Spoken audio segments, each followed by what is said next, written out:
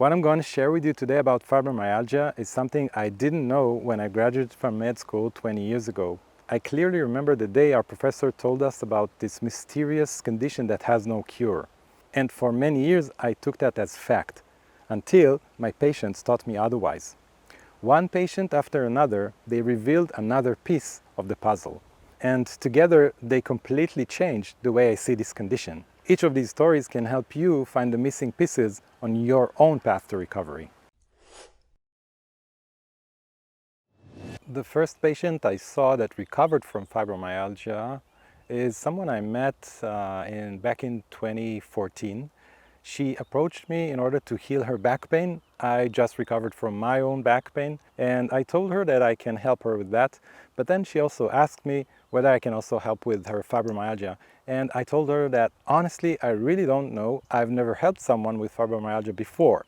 So we started a process, and let me read to you what she wrote me after only 3 months from our first meeting. When I came to the clinic, I had been hurting all over for a nightmarish year and a half, with constantly changing pain. I also felt emotionally unwell and had lost the desire to live.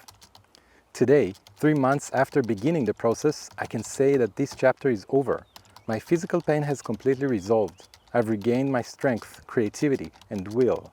I can breathe happily again. I want to encourage others. This way of healing pain works. That was a very big surprise for me to see her recovering from fibromyalgia, because it was the first time I've ever seen that. And what had helped her was understanding that the condition is, in essence, reversible. Let me explain why. After her back pain healed, what she was starting to ask herself is, okay, so if the pain in my back is reversible, could also the fibromyalgia pain be reversible? And she started working on that in the same way, and eventually she freed herself from this pain. What she tapped into was a principle that we now know also scientifically. It's called neuroplasticity. The new science about fibromyalgia we have today categorizes fibromyalgia as a condition that is called Nociplastic. It means that it's created by an oversensitive brain and nervous system, and it happens in a reversible process. In the same way the brain and nervous system learn how to become hypervigilant and therefore hypersensitive and react with more defense reactions such as pain, fatigue, brain fog, and disturbances in bowel movements, it can also reverse this process. Tapping into this principle of reversibility was her gateway to her own recovery. For me, it was the first time, and it cracked my conviction that fibromyalgia cannot be healed. It was the first recovery story, and in the year that followed, I've seen many other recovery stories from fibromyalgia.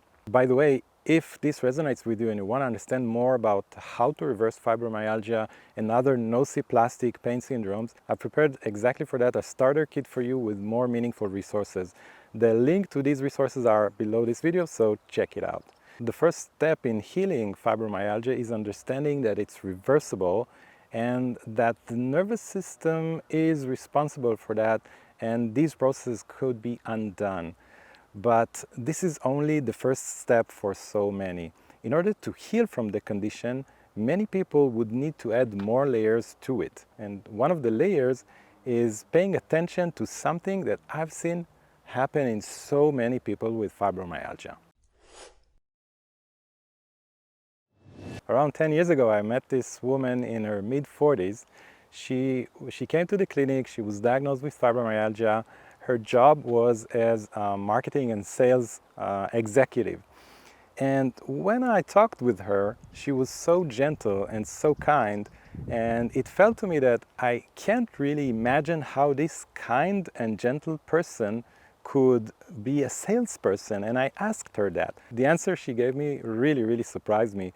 She told me, when I meet people, I don't try to sell them anything. I try to understand what they need and provide what they need in the best way I can. That was very remarkable to hear. And she told me that even though over the last year she needed to perform the work of 2 other people because they were short in personnel, and even though she was chosen for the employee of the year, she was last to knock on her manager's door at the end of the year to ask for a raise in her salary. She had this very gentle, very considerate, very good manner, and she didn't push herself or demanded what she thought she was entitled to. And this is actually something I've seen throughout many conversations with people with fibromyalgia. It is a sort of a disconnect from oneself and one's own wishes and wills. Sometimes this disconnect is so deep that when I ask people, okay, so what do you really want? What are your wishes? What are your wills? They simply don't know. So one of the key aspects I've seen that help people recover is reestablishing this connection with one's own wills. And please pay attention, and here I know that I'm touching something very sensitive for many people with fibromyalgia. The people that I see that come with the diagnosis are more often than not gentle people, sensitive, people who want to do good for the people around them. So connecting with your own will might feel at times selfish or even for some aggressive. But I want to clarify something. Reconnecting with your own wills and learning how to express them in a way that conveys what you really want in a clear, empathic way does not mean that you're stepping on other people's toes. You're simply establishing a connection with your own self and learning how to communicate that in a very confident way. And for those that do not really know what they want, I recommend to use the question, what do I really want? And even if the answers don't come up immediately, be with it, stay with it, give it some more time until you find out what your real wishes and wants are. Reestablishing this connection will bring back the power that is so missing for so many people in our recovery process from fibromyalgia. By the way, if you like the video so far, don't forget to press the like button so YouTube can know to send it to other people that may benefit from it as well. Reestablishing a connection with your own wills is an important part of healing from fibromyalgia. But the next thing I want to share with you was for me a big surprise, and actually it was a big mistake I used to make until I learned what's best to do. Around 8 years ago, I met this young patient. She was in her mid-30s, a clinical psychologist. Whenever she tries running, she pays for that later with 2 to 3 days needing to lie in bed. Then I told her that she shouldn't be afraid of it, and if she manages walking, then she can also run. And she stopped and she looked at me and didn't add many more details from that point onwards. When I left the clinic that day, I was walking back home and I thought to myself, well, I did a mistake. And this mistake taught me the next point, which is so crucial in healing from fibromyalgia. It is pacing while progressing. So pacing is actually another form of listening to your own wills. Pacing means doing things that you do in a pace that suits you. So you have to be very attentive and listen to your needs and listen to your right tempo and pace. It means that if you want to add another activity that you've been avoiding for a while, you should be very attentive to your body and its current capacities. It is important to progress and to try to do more things, but always do it while listening to your body, listening to your own needs. In chronic pain and in fibromyalgia as well, there's a cycle of fear and avoidance that increases pain and symptoms over time. This is why it's so important to challenge the boundaries of what you feel you can do. But at the same time, while pushing these boundaries, you should do it gradually. You should do it while listening to what your real capabilities are moment to moment, day by day. So I want to ask you, how do you manage pacing and how do you manage your progress and resuming normal activities? Please share in the comments. I read all the comments. So if you understand this principle of pacing and progress, there's another point that is actually completely opposite to it that might also be very important for some people with fibromyalgia. It's not that intuitive, but it's also important to know this point. A few years ago, I met this patient in her mid-50s. She was a chemist and a mother of 3, and she was diagnosed with fibromyalgia more than a decade ago. At the time, I thought that fibromyalgia could be benefit only by gentle movement, like Tai Chi, Qigong, gentle walking, stretching, and things like that, activities like these.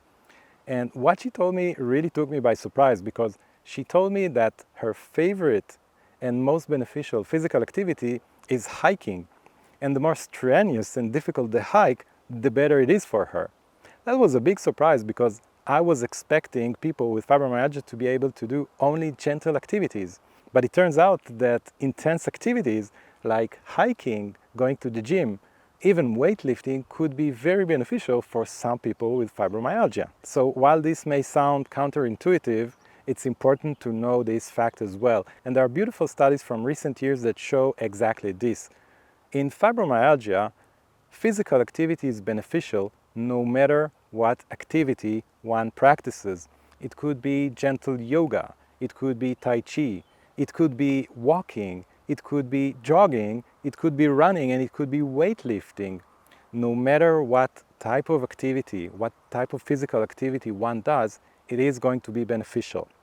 The crucial point is choosing the right activity for you.